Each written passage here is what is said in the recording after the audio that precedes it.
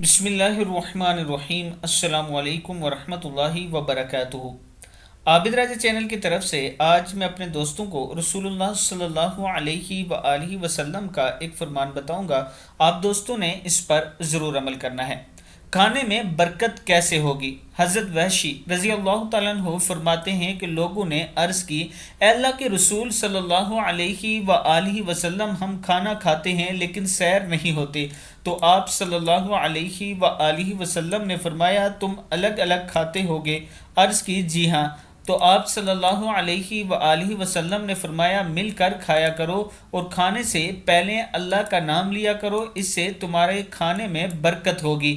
ابن ماجہ میں یہ موجود ہے، یعنی اگر آپ کھانے سے پہلے بسم اللہ پڑھتے ہیں تو آپ کے کھانے میں برکت ہوگی، اور مل کر کھائیں گے تو برکت ہوگی۔